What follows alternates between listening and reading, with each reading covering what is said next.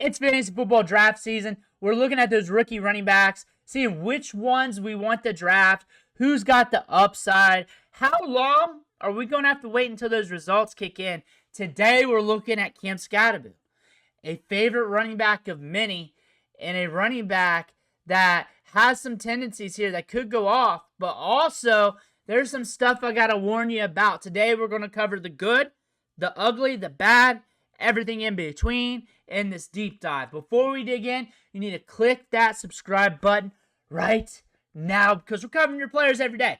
We're going to help you set your lineups by looking at the matchups. We're going to find those gems off the waiver wire a couple weeks early using advanced metrics and processes. And we're going to be doing deep dives like this every day on as many players as possible. Click that button. Stop missing out. Ric Flair's watching. You do not want to disappoint Ric Flair. Give me a woo in the comments because we're talking about Cam Skattebo. And the thing about this guy, he's got that dog in him. He's got that dog in him. And he's hyped up every time he comes out to practice. Coming out messing around with Dart, cheering on the fans. He's a crowd favorite. And honestly, when you look at his prospect profile, he's hard not to root for. Even if you don't like him, he's hard not to root for. 0-star prospect. Nobody wanted this kid. Goes to Sac State. If you study FCS football, you know.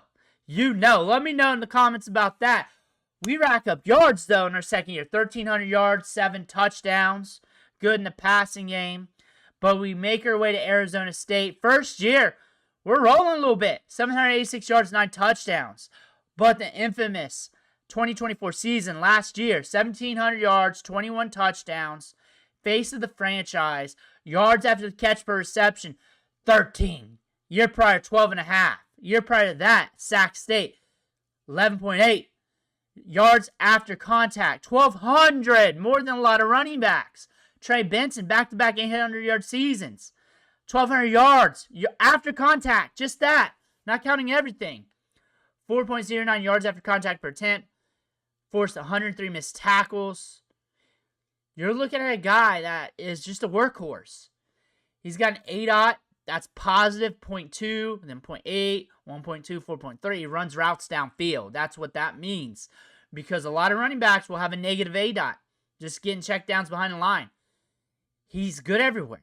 He's good everywhere. He's ramping up to the NFL game. Ramping up to the speed of the game. But prospect-wise, you can use him in the passing game. You can run him up the gut. And watching him in the open field, that feet, that contact balance, magnet feet. And he is dominant. Either catching balls out of the backfield. Look at the teams, though. Oklahoma State, Texas Tech, Texas, Cal, USC. Stringing yards. If they're shutting down the run game, they're going to throw it to him. 262 yards against Mississippi State. 182 against Kansas. 177 against Arizona. 170 against Iowa State. Just balling.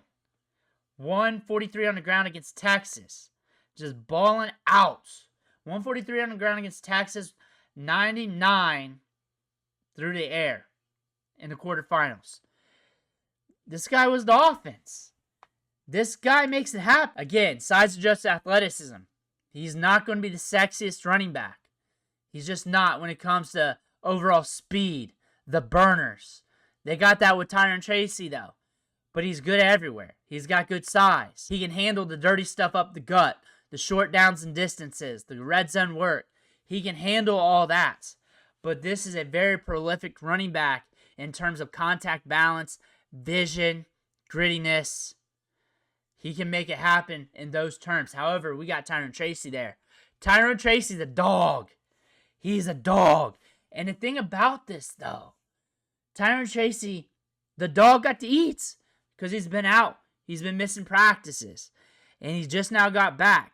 He came back after August 19th. He was out for 18 days. Missed a good bit of training camp. Prior to that, they're slowing things up. Wasn't being able to run 11 versus 11. But when he was on the field, he was making plays happen. Catching balls downfield. Making guys miss. Finding the hole. We could definitely see a good tandem here. But Tyrone Tracy's the guy right now. He's the guy right now. He's just the guy right now. He is the guy for the Giants. He's going to be the starting running back. He's got that speed and catch the ball in the backfield. You got a former wide receiver. Ain't nothing against him. I ain't against him because I'm doing a video on Cam Skattebo. I'm just not. Just not. He's a good running back. He's good. They got him in the 5th round. They got him at a good cost, good size, adjusted athleticism. I think these two running backs can feed off each other. I think this could be a very good committee. Fantasy football-wise, though, both of them could help you out in different ways. Devin Singletary, he's kind of like little Scataboo, like coming out of FAU. Gritty running back. Good catch ball in the backfield, good vision, good feet, good contact balance. Down year last year. Tyrone Tracy took his lunch. He also had some injuries in there. A couple years prior, he was pretty solid. Pretty solid. He's going to get some work. He's going to get some opportunities. That's something to pay attention to. You look at this backfield last year. Devin Singletary really didn't get it done. Tyrone Tracy did. He had some big runs. We covered that. This is a running back prospect that's going to be a thorn in Cam Skateboo's side, but you're looking at where he's going in drafts. Double-digit rounds. The question right now, guys, I want to hear this in the chat below. Him or Jacory Krosky-Merritt? Who are you drafting? Him or Brian Robinson Jr.? Probably more of a fair debate.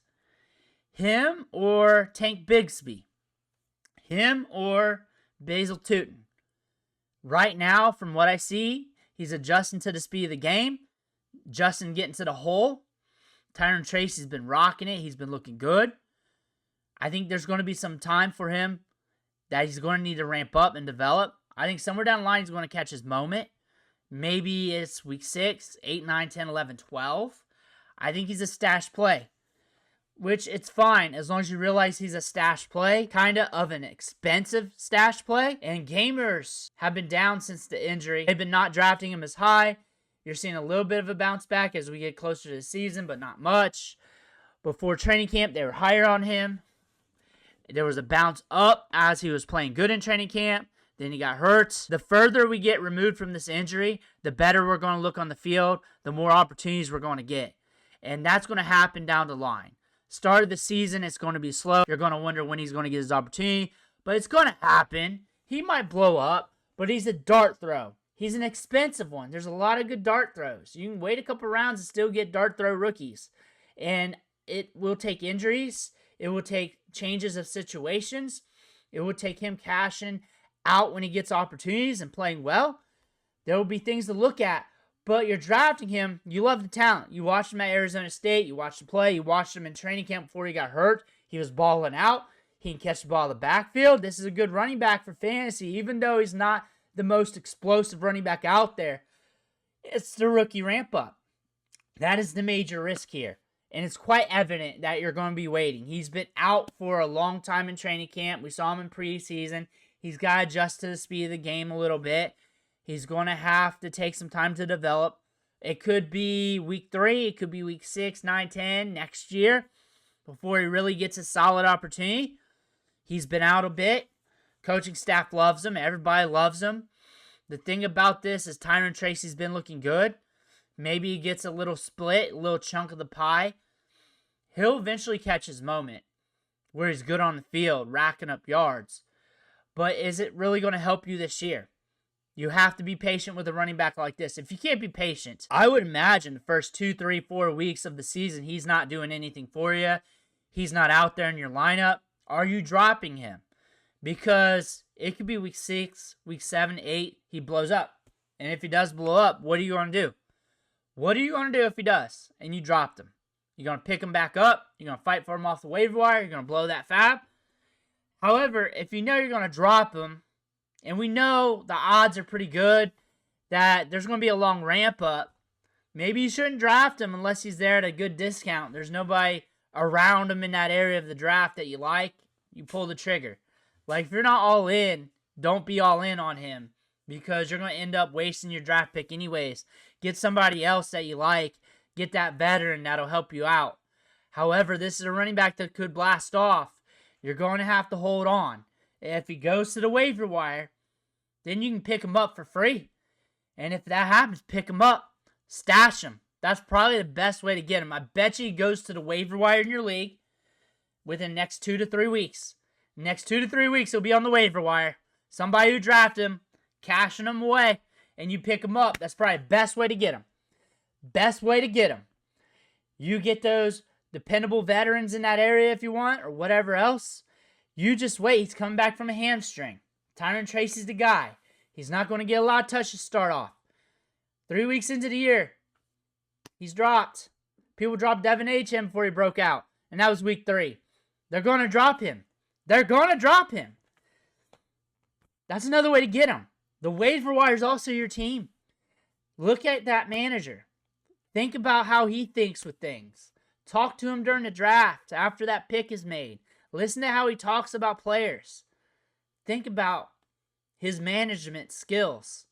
Think about that. He's probably going to get dropped in the next few weeks, and you can pick him up and get him as a stash play for free. Let me know what you think in the comments below. I want to hear about that. Make sure you hit that subscribe button on the way out. One thing for watching.